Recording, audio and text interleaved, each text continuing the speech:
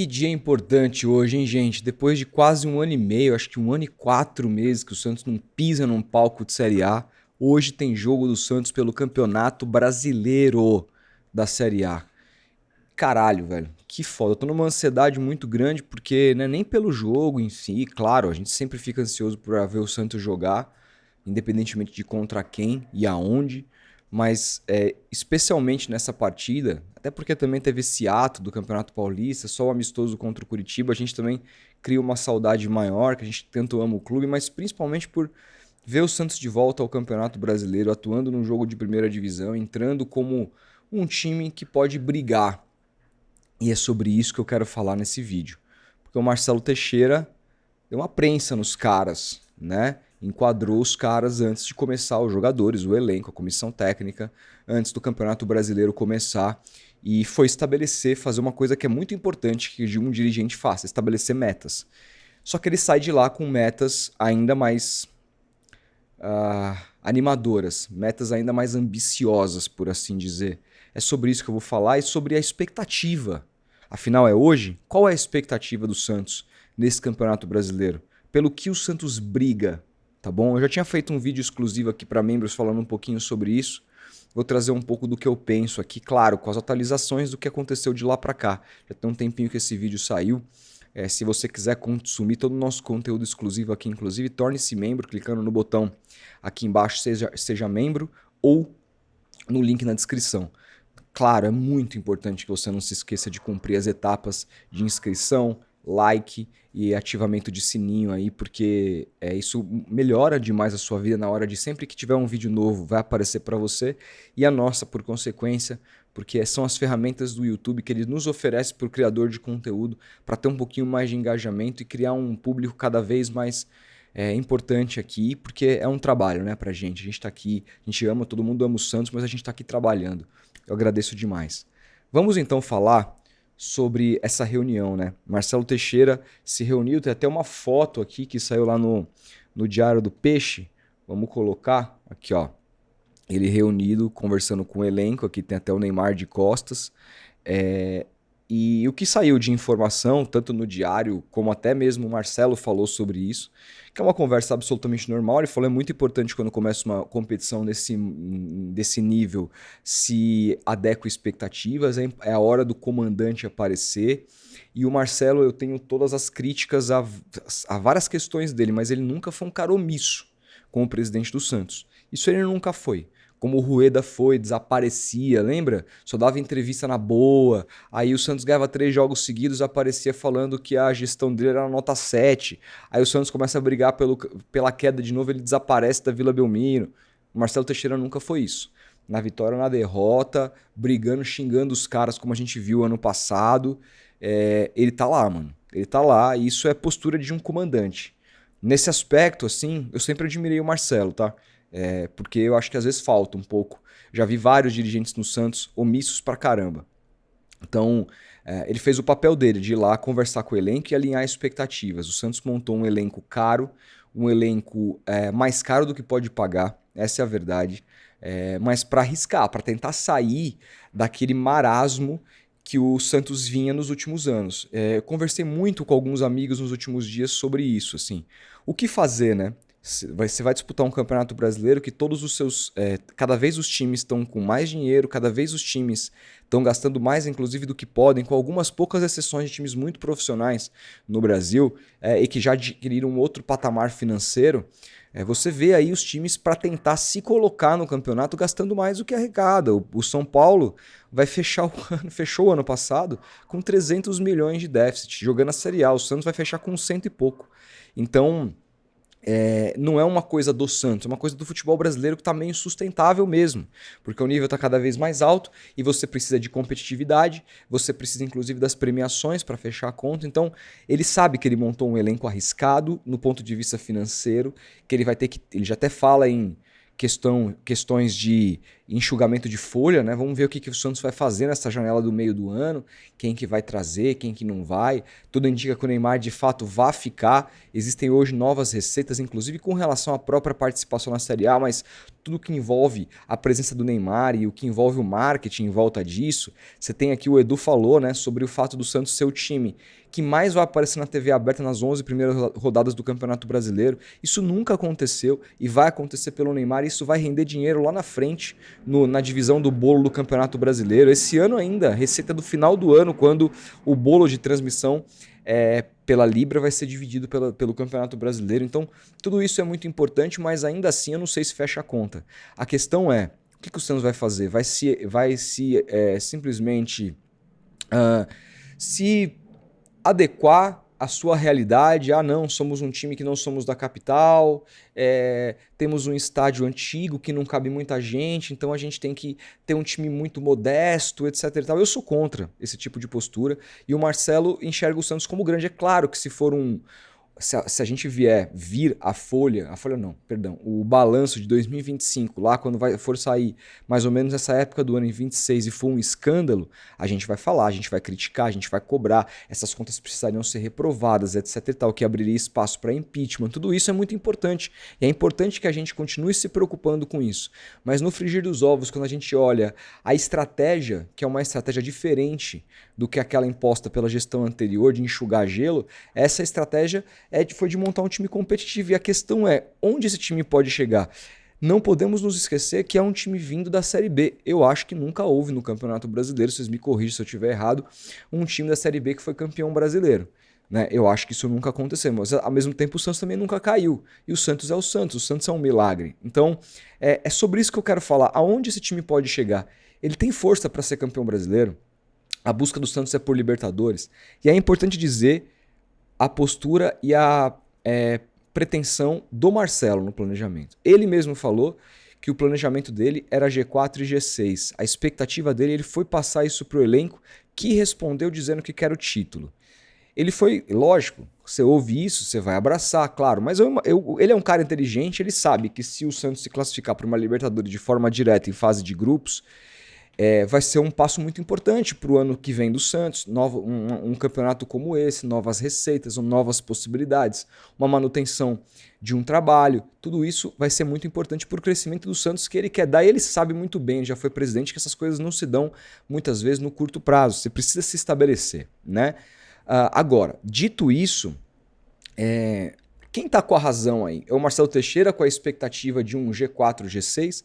É o grupo que tem expectativa de título? Como é que onde o Santos está com o elenco atual de hoje? E aí a gente precisa falar sobre essas primeiras 12 rodadas antes do Super Mundial. Porque depois do Super Mundial, dessa parada, vai ter uma janela. E é uma janela que vai mudar muita coisa. Muitos jogadores vão sair, é a principal janela que abre para a Europa, então a Europa leva muito jogador aqui de time brasileiro e muitos clubes vão contratar. Eu não sei qual que vai ser o elenco do Flamengo depois do Super Mundial, o elenco do Palmeiras, o elenco do próprio São Paulo, que precisa urgentemente contratar. Qual vai ser o elenco do Corinthians? Qual vai ser o elenco do Grêmio, que tá fraquinho? Qual vai ser o elenco do Galo, do Inter? A gente não sabe. Né? O próprio do Santos, como é que o Santos vai se mexer nessa janela de meio do ano? Como é que o Zé Rafael vai voltar? O Neymar, ele vai ter sequência, não vai? Ou vai conviver com problemas musculares? Né? É muito incógnita para você dizer. Mas o planejamento que eu penso assim para essas primeiras 12 rodadas é que o Santos faça uma ótima largada. E eu acho que sim, dá para ter expectativa de que o Santos, no momento da parada, esteja entre os líderes do Campeonato Brasileiro. Por que eu acho que dá para ter essa expectativa? Por uma série de aspectos. Um deles, por exemplo, é o nível que eu assisti ontem nos jogos dos times. E eu não estou falando necessariamente, eu sei que é a primeira rodada, é muito difícil cobrar, etc. Mas eu esperava algo a mais. Eu não vi todos os jogos, por exemplo, Cruzeiro e Mirassol eu não vi nada.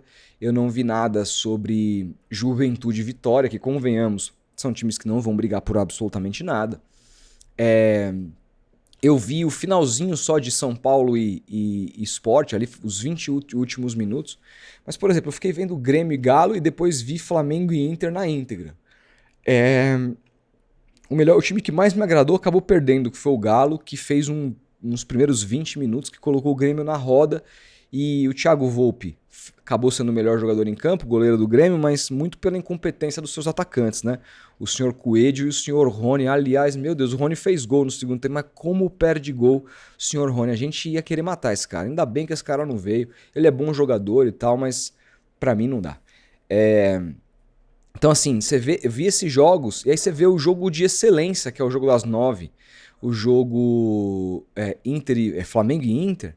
Você vê um jogo moroso, um jogo com uma marcação-pressão soft, um jogo de toque, um jogo cadenciado, um Flamengo tentando jogar posicional, o Inter jogando no contra-ataque, sabe? Um jogo lento, um jogo assim, você pega diferente do jogo, por exemplo, Brasil e Argentina, que o Léo Ortiz pegava a bola e tinha 2, 3 em cima dele, o cara não tinha espaço para pensar, o Inter marcando bloco médio e tudo mais, e beleza, essa é a característica do futebol brasileiro, mas, cara, esses times estavam sem atuar há um tempo, sabe?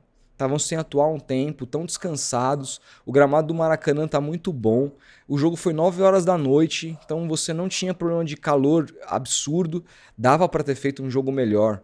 Então, nesse aspecto, pelo que eu tô vendo, os grandes times, pelo menos essa primeira rodada, também do que eu vi aqui esse ano, essa final Palmeiras e Corinthians, tecnicamente sofrível. Não que o Santos tenha feito muita coisa também contra o Corinthians, a gente sabe. Mas eu acho que o Santos, pelo elenco que tem e pelo desenvolvimento do trabalho, como parece se dar, e eu vou falar disso daqui a pouco, eu acho que pode pleitear sim, brigar por coisas grandes, estar bem colocado depois dessas 12 primeiras rodadas, início do Super Mundial, e aí a gente vai precisar fazer uma reavaliação do que vai ser o elenco do Santos pós-Super Mundial, do que vai ser o elenco dos outros adversários, e quem serão os seus respectivos técnicos, né? Quem serão? Porque muito técnico vai cair também. Ontem já caiu o Mano Menezes no Fluminense. Que, aliás, é outro jogo que eu não vi nada também do Fluminense contra o Fortaleza, mas o Fluminense foi engolido. Todo mundo falou que fez uma partida horrível.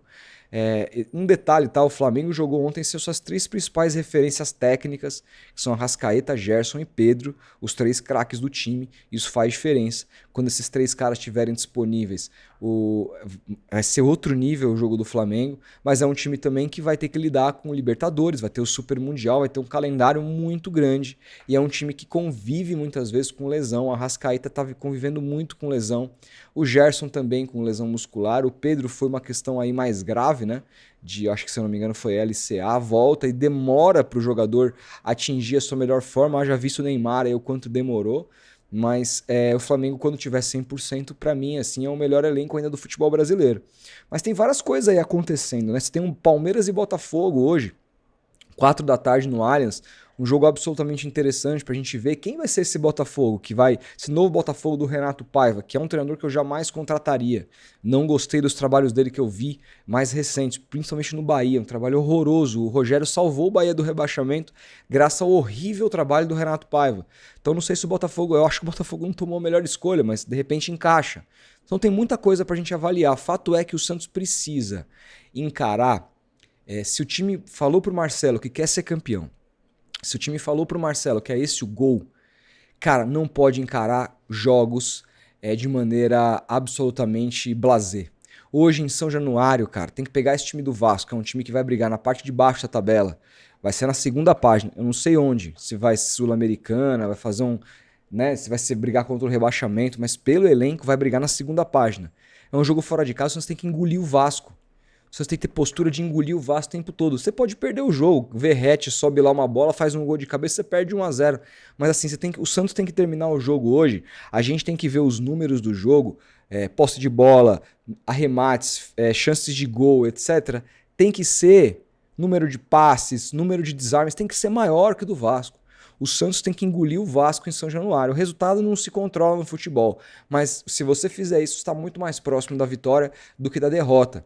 Então essa tem que ser a postura do time. E aí vem uma matéria muito interessante do Lucas Mussetti, que saiu ontem, sobre o Caixinha, que está empolgado com o que ele tem visto nos treinamentos. Isso me empolgou também.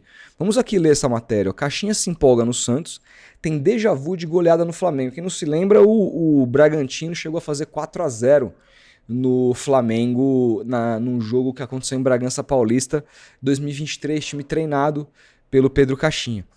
O Pedro Caixinha está empolgado com os treinamentos do Santos. Ora, vamos ver. Caixinha entende que o Santos evoluiu muito durante o período livre nos treinos do CTR Pelé. Que do caralho isso aqui, é uma informação ótima. Eliminado no dia 9 de março para o Corinthians, já tem aí 21 dias, na semifinal do Paulistão, o Peixe teve 3 semanas de preparação antes da estreia do Campeonato Brasileiro. 2, né? Porque teve bastante folga e foi importante também essas folgas. A comissão técnica corrigiu erros, repetiu movimentos e vê o time pronto para um salto de qualidade, mesmo com a ausência de Neymar, que ainda se recupera de lesão. O UOL apurou que o nível dos treinamentos faz Pedro Caixinha relembrar uma goleada contra o Flamengo em junho de 23 também pelo Brasileirão. Há quase 2 anos, também após uma data FIFA, o Bragantino de Caixinha venceu o Flamengo por 4-0. O treinador viu no Santos, nos últimos dias, a mesma energia dos dias que antecederam esse duelo contra o Red Bull. O técnico crê que o time evoluiu em fases do jogo com uma pressão alta e compactação. Coisa, por exemplo, que eu falei aqui, não vi ninguém fazer na primeira rodada do Campeonato Brasileiro, com exceção dos 20 primeiros minutos, o Atlético Mineiro marcando lá alto em cima do Grêmio, que só não resultou em gol porque o Volpi defendeu e os caras perderam muitos gols. Essa melhora já havia sido notada pela comissão antes da queda no Paulistão. A comissão preparou situações de jogo para testar a equipe. Amistoso contra o Curitiba, partidas de 90 minutos entre os titulares e reservas e jogos treino diante do Sub-20. Esses eventos ajudaram nas observações necessárias e também nivelaram o ritmo de jogo de alguns atletas que chegaram no decorrer do estadual, como Roleiser, Gabriel Veron e Barreal. Diante desse contexto, Caixinha está otimista para enfrentar o Vasco de Carille. A expectativa é que o Peixe inicie o Brasileirão de forma ofensiva, se impondo mesmo fora de casa. E aqui fala o time titular, que está escalado, né? Brazão, JP, Sherman, Gil, Zé Ivaldo, Escobar, João Schmidt, Bom Tempo, Barreal, Roleiser, Guilherme, Tiquinho Soares. O Santos ainda tem a opção no banco de Tassiano, de David Washington, de Veron, entre outros jogadores para poder entrar. O Soteldo acabou não viajando. É um Santos que está desfalcado, de Soteldo e de Neymar, são desfalques importantes, mas é um Santos que acredita que vai amassar o Vasco lá. E é isso que o Santos tem que fazer. É isso, o Santos não pode negociar. O Santos tem que ir para cima do Vasco. O Santos tem que acreditar que é melhor que muitos dos times que foram montados aí. E se não for melhor que alguns, e de fato não é, na minha opinião, em termos de elenco, você pode, taticamente, oferecendo um outro tipo de jogo, diferente do que eu vi nessa primeira rodada, se equiparar ou até superar esses adversários. E aqui eu falei muito, né, por exemplo, da pressão que o Léo Ortiz, que sofreu no jogo da seleção brasileira, quando entra no segundo tempo, ali no lugar daquele zagueiro ex-corintiano, que parece um hipopótamo, né? O Murilo, o quanto ele não conseguia jogar, né? E o quanto ele conseguiu ontem sair limpo várias vezes. O Flamengo fazia a linha de 3 com Léo Ortiz, Léo Pereira e Pulgar, e assim, ninguém marcando, etc. E aqui, a agressividade desse jogo da Argentina é algo que está no radar do Caixinha também. Por coincidência, acabei de ver aqui a matéria que saiu hoje de madrugada, 5h30 da manhã, dizendo agressividade pura. Goleada da Argentina vira exemplo no Santos. E aqui diz, outra matéria assinada pelo Lucas Mussetti, tá? A goleada de 4-1 da Argentina sobre o Brasil na última terça virou exemplo no Santos. O técnico Pedro Caixinha conversou com o elenco sobre a importância de ser agressivo, no bom sentido. Assim como a Argentina fez no Monumental. Caixinha entende que a Argentina de Scaloni teve uma atitude melhor, com mentalidade vencedora, se impondo na qualidade técnica e também nas disputas físicas. A agressividade pedida pelo treinador português tem a ver com briga pelo espaço, não com violência, obviamente. A Argentina se mostrou um time que sabia o que queria desde o início. Pedro Caixinha destacou como a Argentina dominou o meio-campo, mesmo quando não marcou tão perto do gol do Brasil. Essa agressividade pela recuperação da bola é o que a comissão técnica espera dos atletas do Santos. Se o Santos fizer isso, o Caixinha vai cair nas graças da torcida, porque o único cara que eu vi fazer isso no Santos, desde que eu comecei a acompanhar o Santos, dessa pressão pós-perda absurda, é o Careca. Vocês sabem muito bem disso, e a gente foi feliz mesmo não ganhando porra nenhuma, porque você viu o time se matando em campo. Os hermanos iniciaram, e era um técnico argentino, né? Os hermanos iniciaram a partida com todo mundo no campo de ataque e abriram o placar logo aos 3 minutos.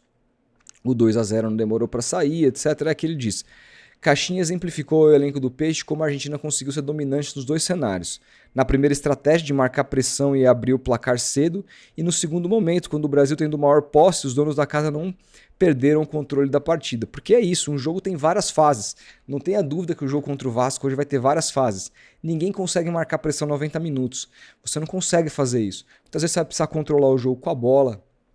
Muitas vezes você vai precisar baixar um pouquinho suas linhas e se defender para sair no contra-ataque. E você vai precisar fazer tudo isso muito bem no jogo, né? É por isso que o Abel, eu acho que é um técnico diferente no Brasil, porque ele consegue trabalhar todas as fases do jogo. Mesmo, por exemplo, jogando mal contra o Corinthians, sendo muitas vezes dominado, sem criatividade, você vê que é um time difícil de tomar gol. Isso faz diferença.